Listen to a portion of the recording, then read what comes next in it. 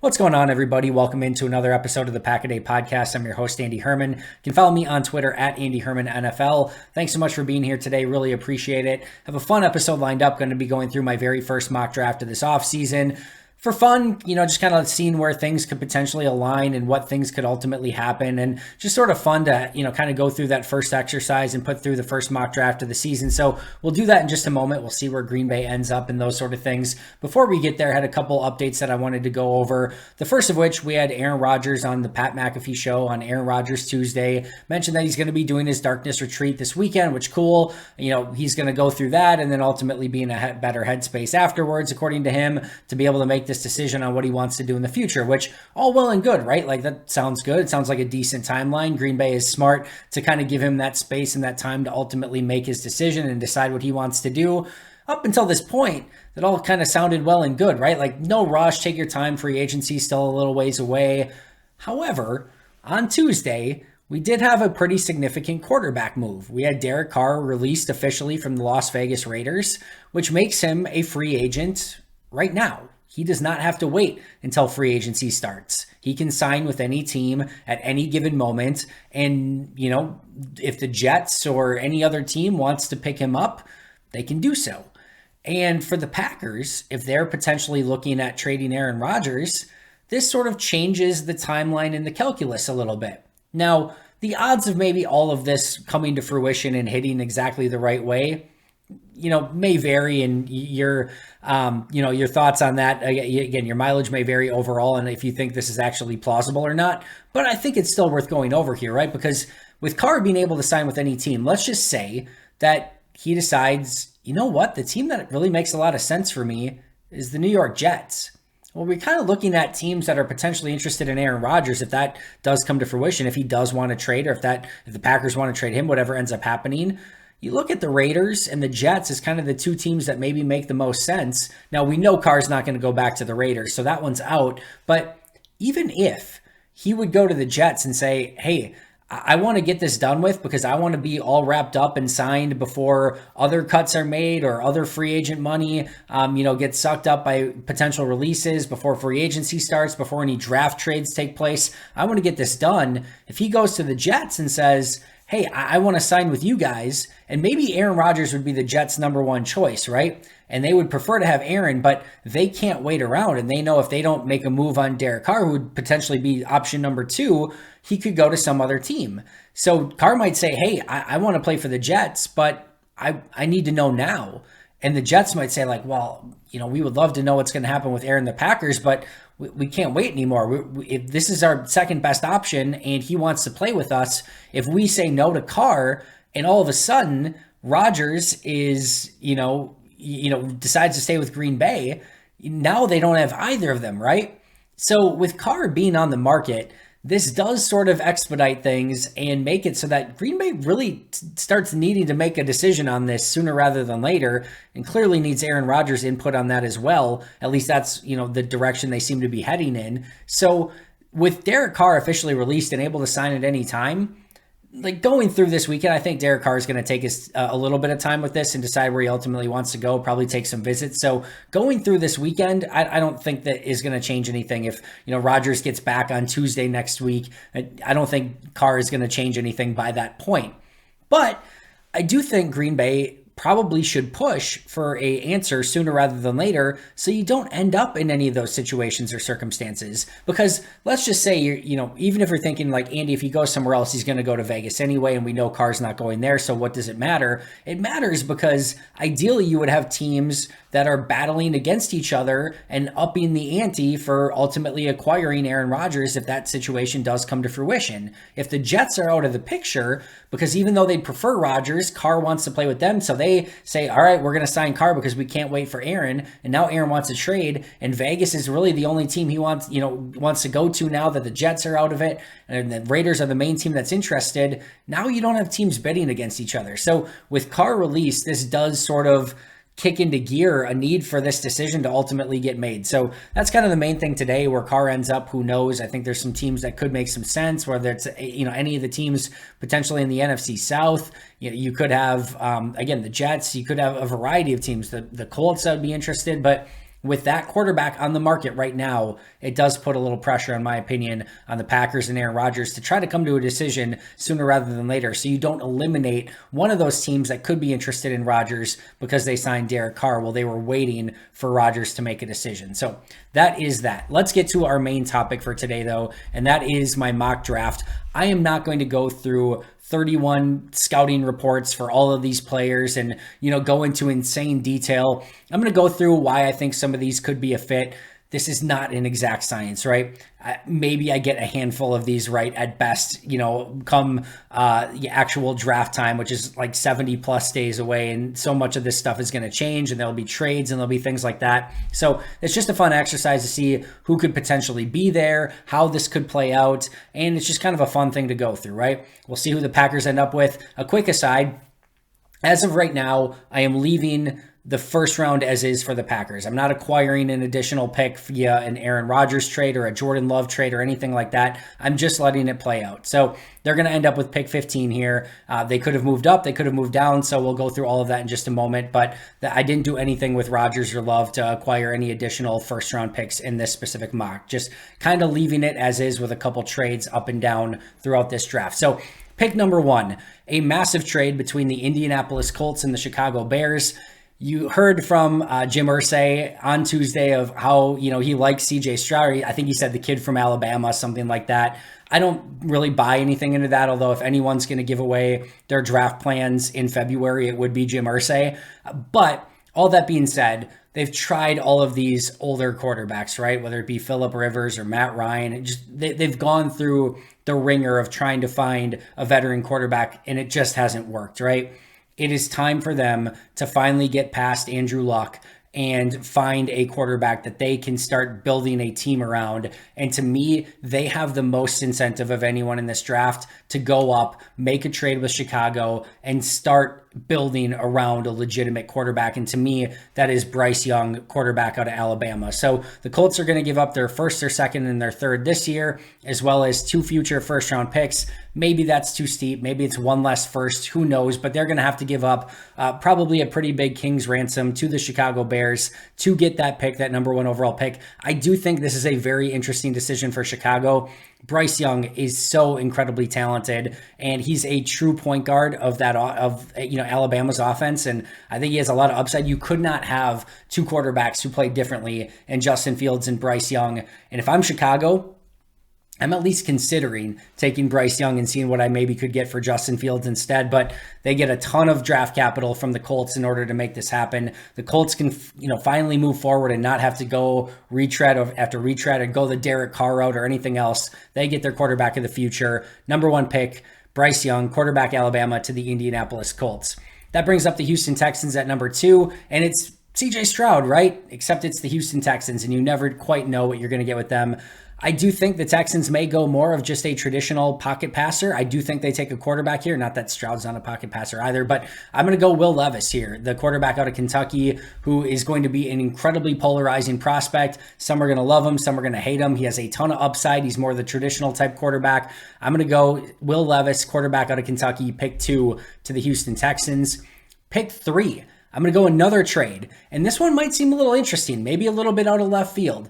But I'm going to say the Seattle Seahawks trade up to pick 3. And I know what Geno Smith did last year, and I do think Geno Smith is going to be back with the Seahawks. But we're forgetting, Geno Smith is in his 30s already, and I don't know how willing the Seahawks are going to be just to be like, hey, that one good year out of Geno, we feel totally comfortable with that, and we're just going to give Geno a massive deal moving forward. So I do think Geno is back with the Seahawks, and I do think they give him a pretty decent contract this offseason.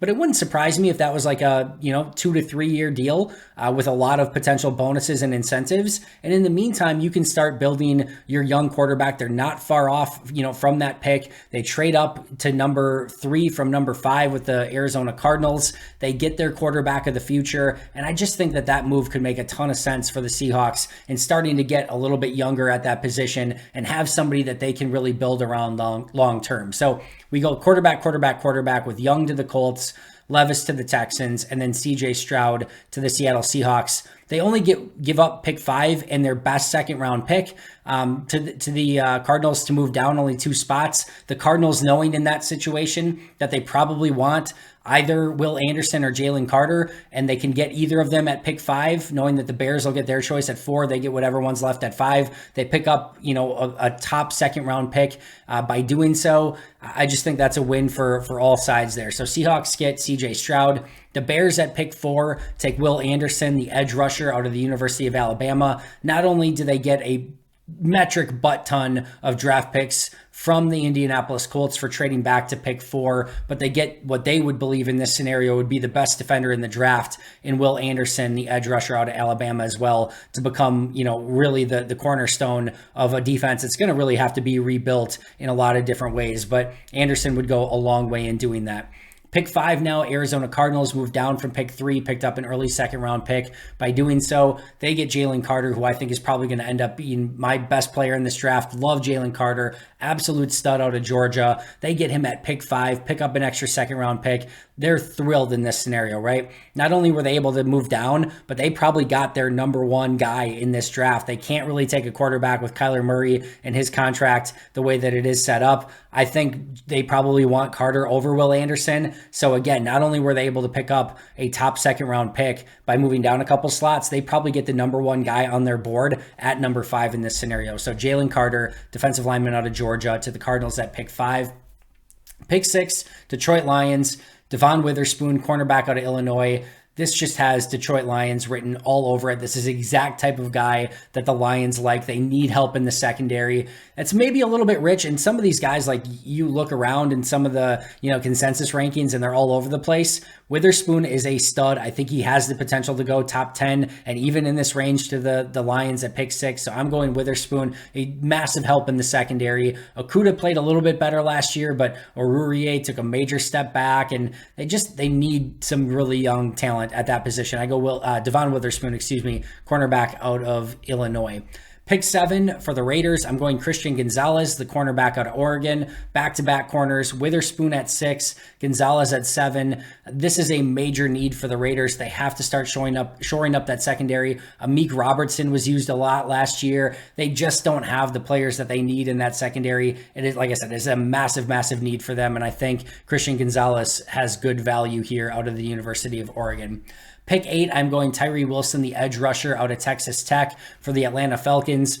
Once again, this is a team that the Falcons need a lot, right? They could go in a lot of different directions here. This is a team that needs to start rebuilding that defense. They need edge pressure. Tyree Wilson, edge rusher, Texas Tech gives them that. Really good athlete, can win off the edge, and I think he's just a perfect fit in Atlanta. Playing on that fast track there, that should be a really nice fit for them.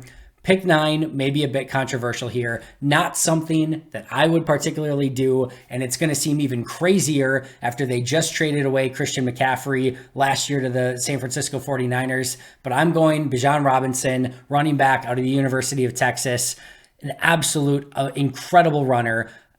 He's a weapon. He is a legitimate freak show weapon. And I know he's a running back, and I know you just traded away Christian McCaffrey. But in this situation, unless they were to go Anthony Richardson, all the top quarterbacks are off the board, and they've got good wide receivers. They've got a DJ Moore. They traded for Laviska Shenault. I think they're actually pretty decent there. I like Tommy Tremble at tight end. They've got a good offensive line. They've got some good young playmakers on defense, and Jeremy Chin and J.C. Horn and Brian Burns. I just think that if you want to take a step, Bijan Robinson can help them win that division this year in the NFC South, regardless of who's at quarterback. And like I said, you're not getting a top quarterback here that potentially is on your board. You just drafted Matt Corral a season ago. I think this gives you your best opportunity to compete right now. And not a huge fan of running backs top 10, but if there's one that might be worth it, it very well could be Robinson. And for a team that needs some help offensively and isn't probably going to have a top tier quarterback next year, I think Robinson gives them their best opportunity to win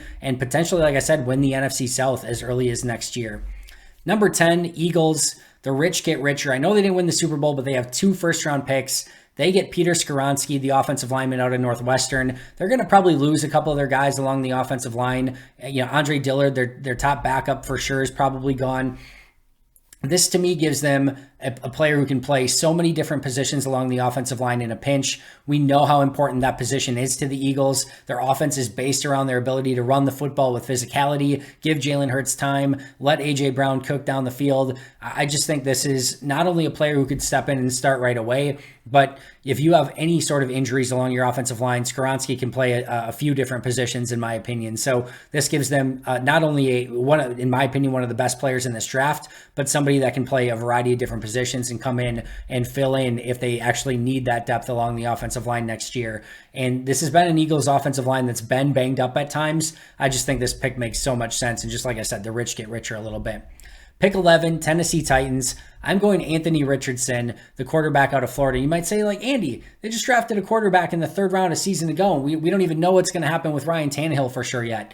To me, just because they drafted a third-round pick last year, a quarterback in the third round and Malik Willis last year, that doesn't change things for me. That was a flyer on Malik Willis. And while he's an exciting prospect, that's nothing that's paid off yet or showed that it's going to pay off for sure. To me, if you're in this position, I don't care what team you are, until you find your guy, you keep taking home run swings. And I'm just a huge believer in, like, you don't settle at quarterback. And to me, they don't have their quarterback of the future yet. And you know what? If all of a sudden Malik Willis pays off, so be it. Like, you're not super upset. But in the meantime, you get another home run swing in Anthony Richardson. You're hoping one of those guys can pay off. You got 2 lottery tickets now in Willis and Richardson, and you're just hoping one of them can come through for you. Richardson is going to be another polarizing prospect. Some are going to love him. Some are going to really question his quarterback mechanics, but he is a talented player who's going to bring a lot of excitement to the NFL. And I could see the Titans going in this direction and taking that home run swing here at pick 11.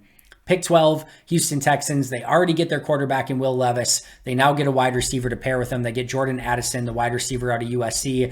If you're a young quarterback, the best thing you can have is some young, talented weapons. Addison just might be the best wide receiver in this draft. They get him at pick 12 to go along with their new quarterback in Will Levis. Pick 13, the Jets. They have had constant issues along the offensive line. Mekhi Becton never really worked out. I'm going with Paris Johnson Jr., the offensive tackle out of the University of Ohio State, and he will be a plug-and-play starter for them along the offensive line. Love this pick for the Jets. They get one of the top offensive tackles in the draft at pick 13, and like I said, he's an immediate starter and an immediate upgrade for them.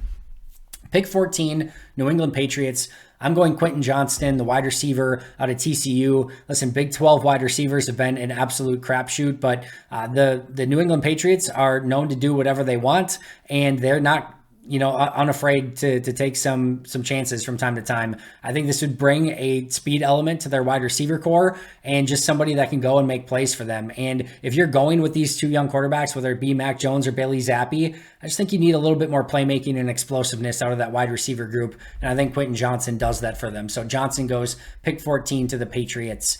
Pick 15, Green Bay Packers. A lot of interesting choices on the board, but I'm going with the most Green Bay Packers pick ever. That's Lucas Van Ness, the edge rusher out of the University of Iowa. Maybe some trade down opportunities here, but listen, this is a perfect pair to Rashawn Gary. This is a guy who didn't start all the time at the University of Iowa, but possesses insane upside. Does that not sound like the most Packers pick of all time? He sets a very strong edge. He's 6'5". He's like I said, he's a very, very good athlete. He has the ability to pair perfectly with Rashawn Gary along the edges. Basically you could then make a decision with what you want to do with Preston Smith. JJ Nigbari, I think, is a perfect third edge rusher as kind of more of a pass rush specialist off the bench. I just think that is the most Packers pick ever, and they still need help along the edges. So Lucas Van Ness, the edge rusher out of Iowa, pick 15 to the Packers. I'll finish up the rest in sort of lightning round here, since I'm sure most of you were just interested at pick 15 for the Packers. But pick 16, Commanders, Brian Branch, the nickelback / safety out of the University of Alabama. Pick 17, the Steelers, Broderick Jones, the offensive tackle out of Georgia. Pick 18, the Lions get Nolan Smith, the edge rusher out of Georgia, to pair with Devon Witherspoon, who they had at pick 6. Pick 19, Keon White, the edge rusher out of Georgia Tech for the Tampa Bay Buccaneers. At pick 20, the Seattle Seahawks, Kalijah Cansey, the defensive lineman out of the University of Pittsburgh, another prospect who could go really high. Some people have him more as like a second, third round guy. I think he ends up going earlier in the Seattle Seahawks are not afraid to take whatever player they think is best on the board, no matter where anyone else has him. I could easily see Kalijah Kancey going to the Seahawks at pick 20. Dalton Kincaid, the tight end out of Utah for the Chargers at pick 21, gives them a long-term target for Justin Herbert, and I think Kincaid makes a lot of sense there. You've got the Ravens at pick 22 with Myles Murphy, the edge rusher out of Clemson. The Vikings get Joey Porter Jr., the cornerback out of Penn State, to help shore up their secondary. The Jaguars get Michael Mayer, the tight end out of Notre Dame. The Giants get Trenton Simpson. They desperately need linebackers. They get the inside linebacker out of Clemson. The Cowboys at pick 26, Jalen Hyatt, the wide receiver out of Tennessee. They could use some speed in that wide receiver core. Him and CeeDee Lamb could be a really fun duo together. Pick 27, the Buffalo Bills get tight end Darnell Washington, the tight end out of Georgia. Pick 28, the Bengals keep trying to shore up that offensive line for Joe Burrow. They get Joe Tippmann, the center out of Wisconsin. The Saints at pick 29 for back-to-back years get wide receivers out of Ohio State. Olave last year, Jackson Smith and Jigba, the wide receiver out of Ohio State this year. Eagles at pick 30. Remember, they already picked Skoronski at pick 10. They get Luke Musgrave, the tight end out of Oregon State, with pick 30.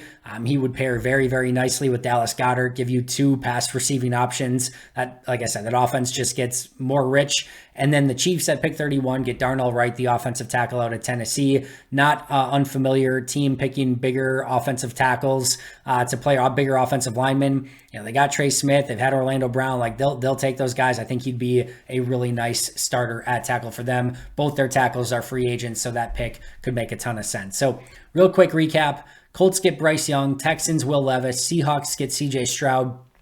Bears Will Anderson, Cardinals Jalen Carter, Lions Devon Witherspoon, Raiders Christian Gonzalez, Falcons Tyree Wilson, Panthers Bijan Robinson, Eagles Peter Skoronski, Titans Anthony Richardson, Texans Jordan Addison, Jets Paris Johnson, Patriots Quentin Johnston, Packers Lucas Van Ness, Commanders Brian Branch, Steelers Broderick Jones, Lions Nolan Smith, Bucks Keon White, Seahawks Kalijah Kancey, Chargers Dalton Kincaid, Ravens Myles Murphy, Vikings Joey Porter Jr., Jaguars Michael Mayer, Giants Trenton Simpson, Cowboys Jalen Hyatt, Bills Darnell Washington, Bengals Joe Tippmann, Saints Jackson Smith and Jigba, Eagles Luke Musgrave, and Chiefs Darnell Wright. That is going to do it for me today. Hope you enjoyed this mock draft. I'll be right back here tomorrow with an all-new episode. But until next time, and as always, go Pack Go.